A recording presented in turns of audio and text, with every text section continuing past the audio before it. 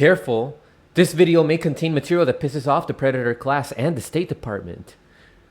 So Twitter invented this new feature to try to make it harder for people to share an article that was written on the Grayzone by Max Blumenthal about 4 days ago on February 20th, 2021. And it exposes how Reuters, BBC, and Bellingcat all participated in a covert UK Foreign Office funded program to, quote, weaken Russia. And that's what leaked documents reveal. And they say leaked documents, but then Twitter is cautioning people from sharing this, saying that, oh, it's could have been hacked. So we're going to break that all down here in this video. But first, please make sure you hit that like button, share this video, subscribe to this channel so you can help small independent channels like this grow. My name is Franco, and you are watching Frank Analysis. And also, make sure you follow me on Rockfin. You can sign up and create a free account. Subscribing to my channel for $10 a month also really helps. You don't have to subscribe to my channel. You can also subscribe to other independent content creators on there, and then you can get the premium content of everybody who is on Rockfin. YouTube has officially demonetized me, so the best way that you can support me is by following me in alternative platforms like Rockfin, like Odyssey, or donating to any of the links that are below. So I just want to say this is cartoonish level of suppression of information. This is an article revealing how these mainstream journal outlets in the UK are working together with intelligence agencies to suppress information, specifically suppressing information that they don't want us to know about, how we try to manufacture people's consent and manufacture the information that's making the rounds in other countries and in this country about countries that we want to install regime changes in. So I first saw this when Jonathan Mallorca of the Convo Couch, he shared a screenshot. He said to even press the like button for this tweet, a warning pops up and says these materials may have been obtained through hacking. And again, I want to reiterate, in the title of the article, it says that these were leaked documents. And then it says, help keep Twitter a place for reliable information. Find out more before liking this tweet. Find out more. Okay, how? When has a Grayzone ever published an article that was filled with misinformation? Mainstream news articles have. So then Fiorella retweeted this, and she said, wait a minute, so now Twitter can instantly accuse one of hacking because they post a cartoon they and their cohorts don't approve of. So here's Dan Cohen, who's a contributor to the Grayzone and Minpress News, and he shares how Bellingcat is trending after Twitter's attempt to censor Max Blumenthal's Grayzone article on how it participated in a UK intelligence operation to manipulate public opinion backfired and created a viral meme. The narrative managers have been exposed again. And I'm so glad that it backfired. So here's him sharing a video of how we get a warning sign for trying to share that article. And I had the same experience as this individual here who says, Max, please add to your report that Twitter invented a new form of censorship. They crash the app when one tries to open the link. Go ahead and try it. I've tried it on my end. When I try to click like on the post, my Twitter would crash. It would kick me out of the app. The only way I was able to like it is if I clicked on the tweet. So you know how you can just like click like while you're just like scrolling through your timeline without clicking on the tweet to like make it bigger? I had to make the tweet bigger in order to click the like, and then I get a warning sign, and then I have to like click like. So then here's Max Blumenthal retweeting Aaron Mate's tweet. He said, thanks to everyone who turned my article that Twitter and its desperate national security state overlords tried to suppress into a meme and forced it way above the radar.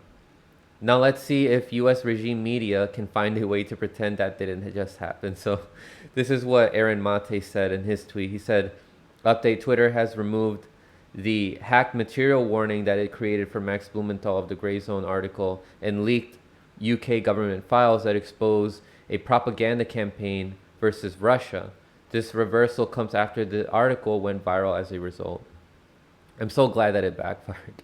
That everybody was talking about how it's specifically after this article and sharing this article that we're getting this warning sign. Twitter adds a warning to Max Blumenthal's report in the Grayzone on leaked UK government files, exposing major propaganda campaign targeting Russia. These materials may have been obtained through hacking. Is this warning applied equally? I doubt it. Yeah, of course it's not going to be applied equally. Like if reports on like chemical gas attacks were to arise again, like what happened with Syria, and then it was revealed later on, like if there's like a severe lack of evidence to show that it was the Syrian government that did that, they wouldn't be putting this warning sign saying that there's lack of evidence. If WMDs were making the rounds today, let's say if it was like 2001, 2002, and we had Twitter and we had the advancements in our internet that we have today, they would be putting a warning sign for anybody that's criticizing weapons of mass destruction or revealing how we can share that article.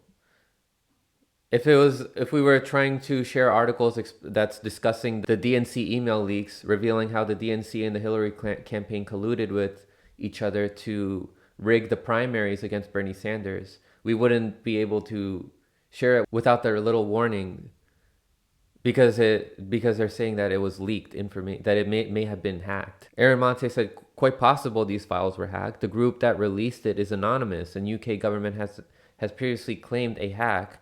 Curious to see this label applied to the Grayzone, the Grayzone leaks that challenge Western narratives versus, say, intercept leaks on China and Iran that advance them. So even though Twitter has removed this feature, on the old tweets when they made this feature new, the warning still pops up, but they removed that feature. If you try to share that article now, it appears like that warning doesn't pop up anymore. But for the people who shared it yesterday, that warning still pops up. Yep, as you can see here, yeah, these materials may have been obtained through hacking. Max Blumenthal says maybe the real treasure wasn't the article revealing Reuters, the BBC, and Bellingcat as UK Foreign Office contractors. It was the memes we made along the way. So here's one of the memes. This is showing Mike Pompeo, former CIA director, when he said, "We lied, we cheated, we stole." Like those are direct quotes of Mike Pompeo describing what the CIA would do. And then we see the little warning symbol is still there. Here's another meme: gang banging in media land. The New Republic bill busts a cap in the New York Times backside in hoeing out on Iraq. Like here's the New York Times and the New Republic acting like gangsters with a little warning sign there. And then here's one that Dan Cohen shared of the elite class was showing Trump, Bill Clinton hanging out with Jeffrey Epstein. I don't know about you guys, but I find it really frightening how Twitter, big tech, tries so hard to suppress information that's, it's accurate. Like it doesn't matter if it was hacked or leaked. Like if it's true, like if it's real documents, then why not allow people to look at it? Even if it wasn't true, then allow people to look at it, and if they have information that can debunk it, then they can release that information themselves. The solution to misinformation isn't less speech, it's more speech. Anyway, I do want to break down a little bit about what's in this article because it is important. So the UK Foreign and Commonwealth Office, the FCO, have sponsored Reuters and the BBC to conduct a series of covert programs aimed at promoting regime change inside Russia and undermining its government across Eastern Europe and Central Asia, according to a series of leaked documents. How hilarious is it that the US was doing that to Russia to try to spread information that they want the people of Russia to know and people of Europe to know. But then we were accusing them of doing that to us back in 2016, saying that they hacked us and that they were spreading misinformation, quote unquote, even though the only thing that they found was that the only thing that was tied to the Russian government was memes, 90% of which had nothing to do with the election, the US presidential election. But here we have the US's ally, um, the United Kingdom, collaborating with intelligence to spread the information that they want the people of Russia to know, to try to influence their country and to influence their elections. The leaked materials show that Thomson Reuters Foundation and BBC Media Action participating in a covert information warfare campaign aimed at countering Russia, working through a shadowy department within the UK FCO known as the Counter Disinformation and Media Development (CDMD). The media organizations operated alongside a collection of intelligence contractors in a secret entity known simply as, quote, the Consortium. Through training programs of Russian journalists overseen by Reuters, the British Foreign Office sought to produce an attitudinal change in the participants, promoting a positive impact on their perception of the UK.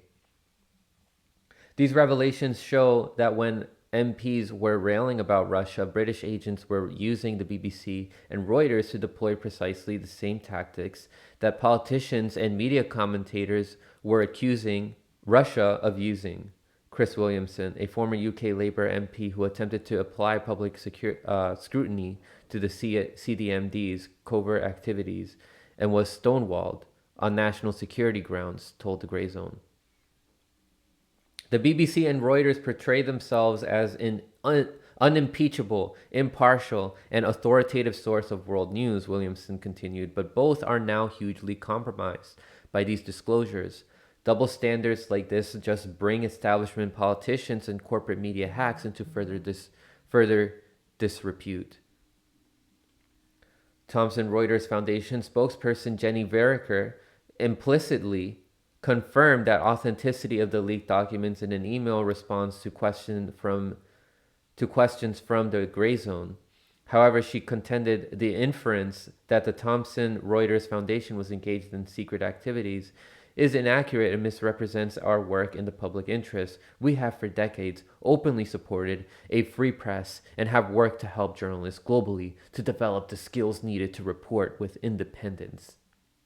How is it independence when you are manufacturing consent in this way? The tranche of leaked files closely resemble UK FCO related documents released between 2018 and 2020 by a hacking collective calling itself Anonymous. The same source has claimed credit for obtaining the latest round of documents. The Grayzone reported in October 2020 on leaked materials released by Anonymous, which exposed a massive propaganda campaign funded by the UK FCO to cultivate support for regime change in Syria.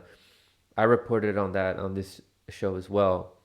And I also discussed the silence from independent media who were wrong on Syria and weren't correcting themselves after there was evidence showing how this was a propaganda campaign that was funded by the UK FCO and how they were trying to cultivate regime change in Syria.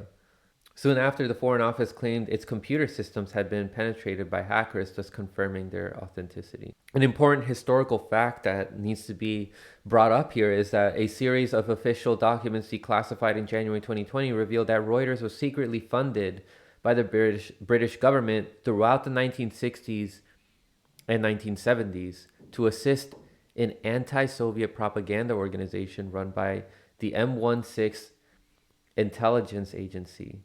The UK government used the BBC as a pass through to conceal payments to the news group. So this article also mentions something that I discussed in the video that I did with Propaganda and Anthony Reyes when we were discussing Navalny. The Russian intelligence service has released string video footage showing Vladimir Ashurkov, the executive director of Navalny's FBK anti-corruption organization, meeting in 2013 with a suspected British MI6 agent named James William Thomas Ford, who was operating out of the British embassy in Moscow. During the rendezvous, Ashurkov can be heard asking for $10 to $20 million to generate quite a different picture of the political landscape. So we see here the UK intelligence trying to help Navalny out. Navalny, who's polling at like 3% in Russia. And I've also reported on this channel how the U.S. is trying to help Navalny, like being like, oh yeah, we need to help Navalny. Navalny can take, we need Navalny to take down Putin because Putin is a meanie. Meanwhile, Navalny is a racist, proven racist. He said he was comparing Muslims to cockroaches and saying that they need to be sent to the Caucasus Mountain. Yet this is who Bernie Sanders is getting outraged by because he got arrested. He got arrested for doing journalism, and then Bernie Sanders is completely quiet on Julian Assange. And then we see AOC, social justice warrior, follows Navalny on Twitter, and she supports him. The last thing I do want to mention here that was revealed in this article is that the UK covertly funded and managed a network of Russian YouTubers and quote activated anti-government protest content. That's something to keep in mind when you see channels that are consistently repeating State Department talking points. You should always question that. I'm just saying, be careful with some of those bread tubers out there who are consistently repeating State Department talking points. In a document marked private and confidential, Zinc revealed the consortium's role in setting up a YouTuber network in Russia and Central Asia designed to propagate the message of the UK and its NATO allies. According to Zinc, the consortium was supporting participants making and receiving international payments without being registered as external sources of funding, presumably to circumvent Russian registration requirements for foreign-funded media outfits. Zinc also helped the YouTube influencers, quote, develop editorial strategies to deliver key messages while working, quote, to keep their involvement confidential.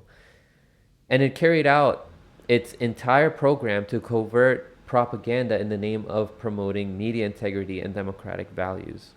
And then the article mentions how the most prominent Russian YouTube influencer is Alexei Navalny, a previously marginal nationalist opposition figure who was nominated for a Nobel Peace Prize after becoming the target of a high-profile poisoning incident that brought relations between Russia and the West to its post-Cold War nadir. So that's all I have for you guys. I recommend reading the whole article. It's about medium length, but it's really worth the read. It's really important for people to understand how these intelligence agencies work with these mainstream news outlets and state news outlets to try to manufacture people's consent for regime change in other countries. So thank you guys very much for watching, and don't forget to stay informed.